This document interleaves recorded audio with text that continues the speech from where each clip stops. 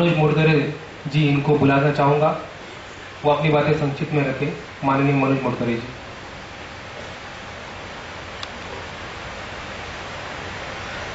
आज all India BAMCEF unification conference की तरफ से यहाँ समस्त भारत से प्रबुद्ध वैचारिक कैडर्स इकट्ठा हुए हैं, उन सभी का मैं स्वागत करता हूँ। और ये कार्यक्रम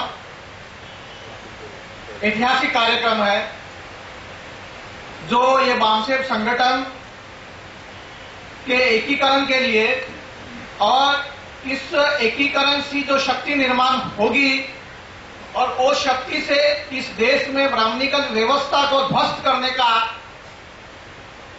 एक बृहद कार्यक्रम इस देश में होगा, ऐसी आशा और विश्वास को लेके हमारे आयोजन समिति के तौर से ये कार्यक्रम हमने किया है। आज के कार्यक्रम का जो सब्जेक्ट है कि ब्राह्मणी शासक वर्ग द्वारा मूल निवासी भारतीयों का सामूहिक नरसंहार और गुलामी का कहर केवल और केवल व्यवस्था परिवर्तन से ही रोका जा सकता है।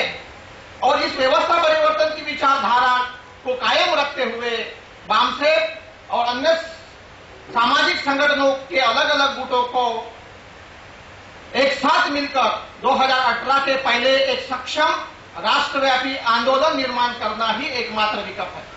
मतलब बामसेफ जैसे ही समाज में व्यवस्था परिवर्तन के लिए काम करने वाले समविचारी संगठन इनको एकीकरण करने की दिशा में एक गंभीर विचार मंथन के लिए ये सब्जेक्ट रखा गया है।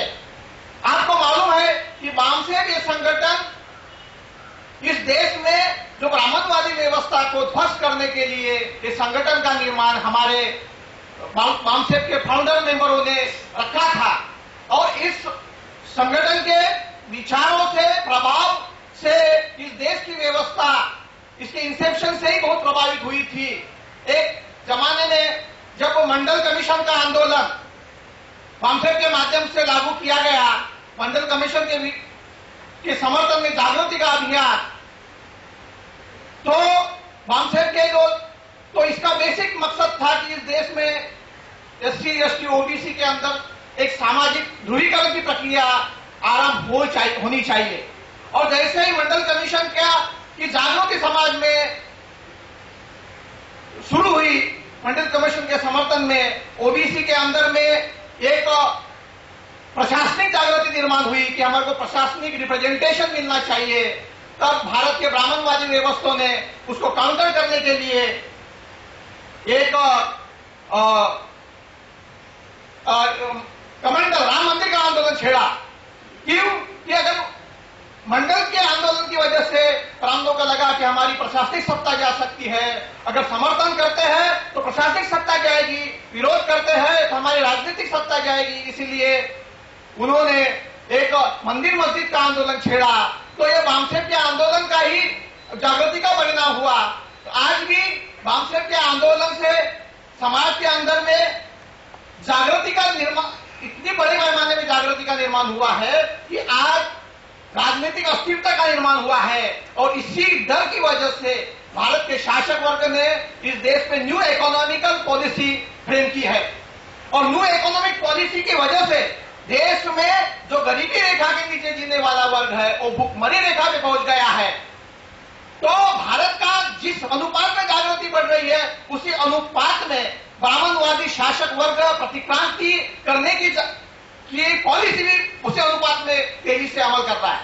एक अनुपात में समाज में सामाजिक ध्रुवीकरण की प्रक्रिया गतिमान हो रही, उसी अनुपात में हमारे अधिकारों को अधिकार वंचित करने के लिए, संवैधानिक अधिकार निष्प्रभावी करने के लिए इस देश का शासक वर्ग बहुत ही तेजी से नीतियां फ्रेम कर रहा है, कानून बना रहा है, कानून पे अमल ला रहा है। और उससे बहुत बड़े पैमाने पे हमारा जो बुद्धिजीवी वर्ग निर्माण हुआ है और जो रिप्रेजेंटेटिव बन के प्रशासनिक व्यवस्था में समाज का उत्तरदायित्व निभाने की सक्षम बना हुआ है, वो वर्ग संपुष्ट में आने के लिए, खत्म होने के लिए तैयार हुआ है।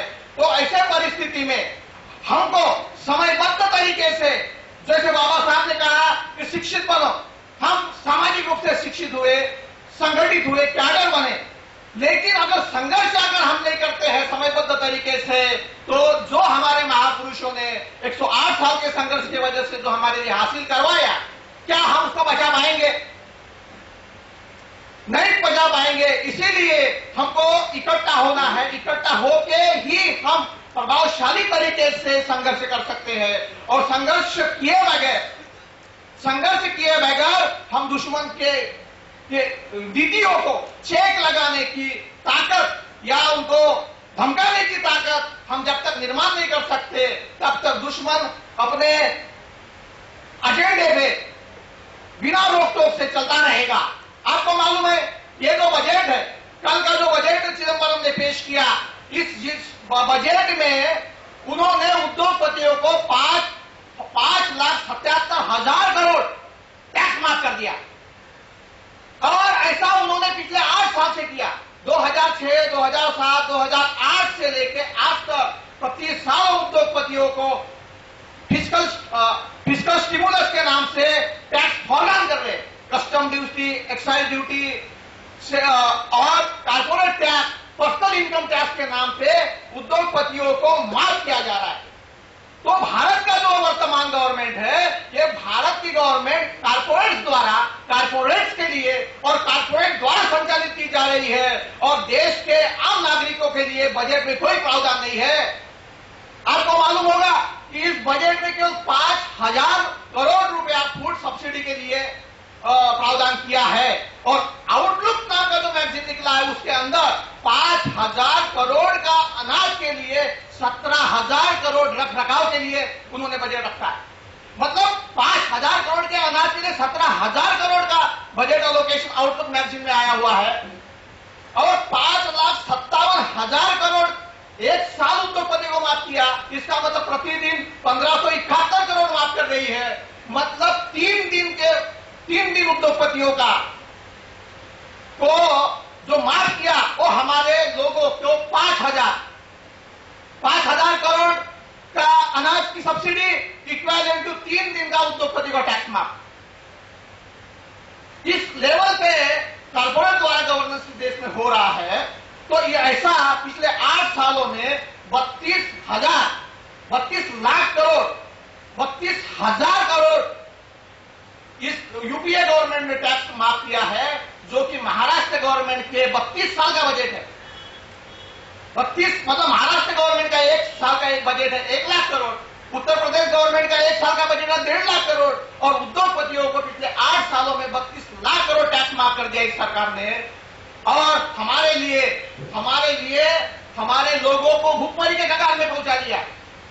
प्राइम मिनिस्टर मनमोहन सिंह ने उद्योगपति के परिषद में क्या कहा कि नई आर्थिक नीति की वजह से गरीबियों को कोई फायदा नहीं हो रहा है।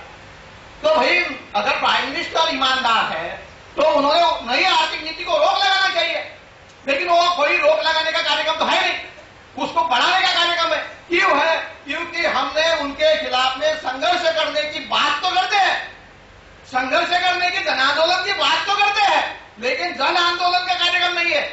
जन आंदोलन लोगों को मिसमराइज करने के लिए, जन आंदोलन लोगों को साधन संसाधन इकट्ठा करने के लिए हम बोलते हैं, लेकिन वो साधन संसाधन हम समाज के ऊपर इन्वेस्ट नहीं करते। समाज के ऊपर लहर पैदा करने के लिए, समाज के अंदर विचारधारा की लहर पैदा करने के लिए, फुले शाह अम्बेडकर विचारधारा को पॉपुलर मूवमेंट बनाने के लिए जब तक हम इन्वेस्ट नहीं करेंगे, तब तक इस विचारधारा के समर्थन में लोग कैसे खड़े होंगे? तो इस विचारधारा के समर्थन में लोग भी खड़े होने चाहिए, और इस विचारधारा का प्रचार और प्रसार करने के लिए बहुत बड़े पैमाने में ह्यूमन रिसोर्सेज का निर्माण होना चाहिए, और ह्यूमन रिसोर्सेज का कलेक्टिव फोर्स इसी विचारधारा के लिए उत्प्रेरणा के तरीके से और चेन रिएक्शन के तरीके से जब तक हम काम नहीं करेंगे, तब तक इस देश में कुछ नहीं होगा।